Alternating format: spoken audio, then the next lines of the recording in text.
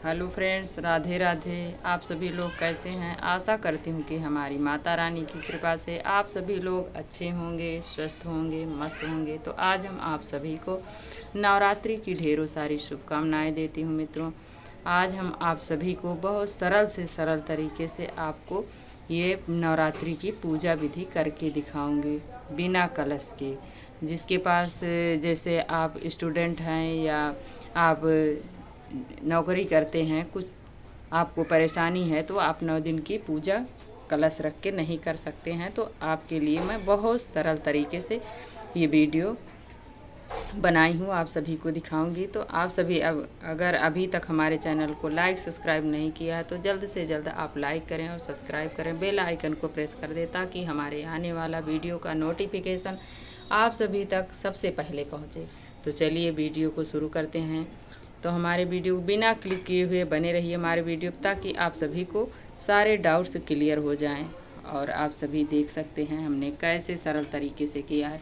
तो चलिए सबसे पहले यही बताएंगे कि नवरात्रि के दिन हमें जल्दी उठना चाहिए और अपने नित्य कर्मों से निवृत्त होने के उपरांत हमें जल्दी से स्नान करना चाहिए। स्नान करके हमें स्वच्छ वस्त्र धारण करना चाहिए। फिर इसके बाद हमें जहाँ पर माता रानी को आपकी स्थापना करना रहता है, वहाँ पर आप गंगा जल से वहाँ पर पोंछा लगा लें, क्लीन कर लें। फिर उसके बाद आप चाहें तो ज़मीन पर चौकी लगाएं या आप पटे पर लगाएं, तो पटा लगाकर उस पर आप लाल रंग का वस्त्र बिछाएं। वस्त्र बिछाने के बाद हमें माता रानी को चाहें तो आप पुष्प का आसन देते हुए या चावल का आसन देकर हमें माता रानी को विराजमान करना है। विराजमान करने के बाद हमें एक लोटा लेना है। लोटे में हमें कंठ में मौली बांध लेना है और उसमें लाल रंग का स्वास्तिक बना लेना है। स्वास्तिक बनाने के बाद लोटे के अंदर हमें सिक्का, सुपारी, लौंग, इलायची, पुष्प, अक्षत, ये 5 या 7 चीज़ें लोटे के अंदर डालकर हमें गंगा जल या शुद्ध जल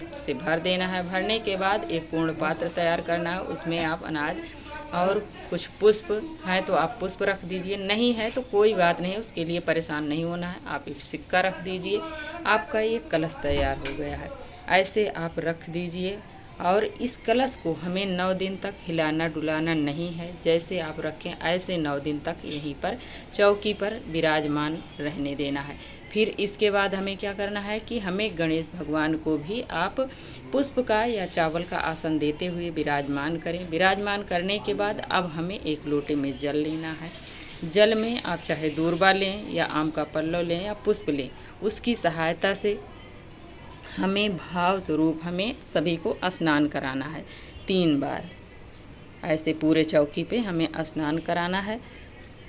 स्नान कराने के बाद हमें माता रानी को, गणेश भगवान को, कलश पे, दीपक पे हमें तिलक करना है। तो पहले दिखा दें आप सभी को। सबसे पहले हम तिलक करेंगे, माता रानी को देखिए तिलक करेंगे, शेर को, और फिर इसके बाद हम अपने लोटे में तिलक करेंगे। आप जो पात्र ऊपर रखे हैं उसमें भी तिलक करें। गणेश भगवान को फिर तिलक करें। इसके बाद दीपक को भी आप तिलक करें। तिलक करने के बाद हमें माता रानी को, सबसे पहले हमें माता रानी को वस्त्र स्वरूप एक चुनरी ओढ़ाएं, हो सके तो, नहीं है तो आप कलावा समर्पित कर सकते हैं। इसके बाद हो सके आपके पास है माला तो माला समर्पित करें, नहीं है तो कोई बात नहीं है, जो भी आपके पास पुष्प अवेलेबल हो वो चढ़ा दें, नहीं है तो कोई बात नहीं है।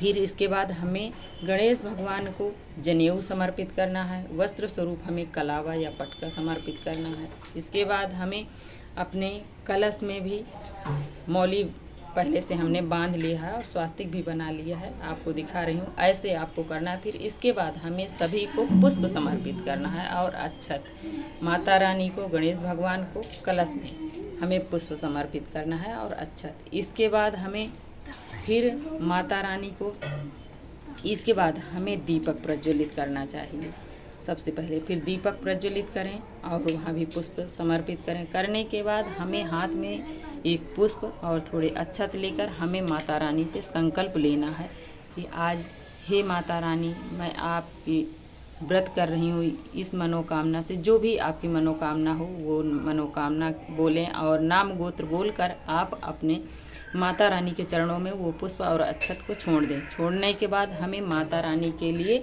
भोग प्रसाद समर्पित करें। तो जो भी आपके पास अवेलेबल हो वो ज़रूर चढ़ाएं।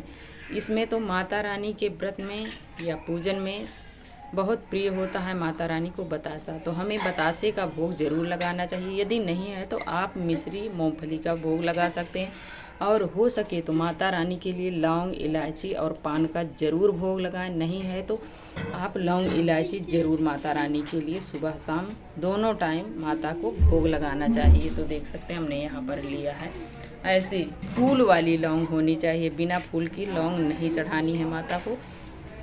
इसके बाद जब हम भोग प्रसाद लगाएं तब हमें पानी ज़रूर रखना चाहिए, माता के लिए जल हमें ज़रूर रखना चाहिए पीने के लिए।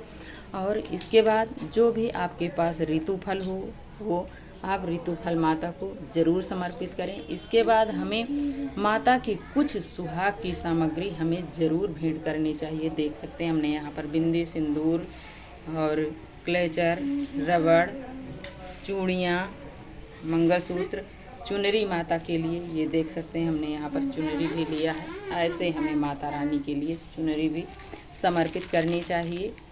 तो इसके बाद अब हम माता रानी को धूप दीप दिखाएंगे।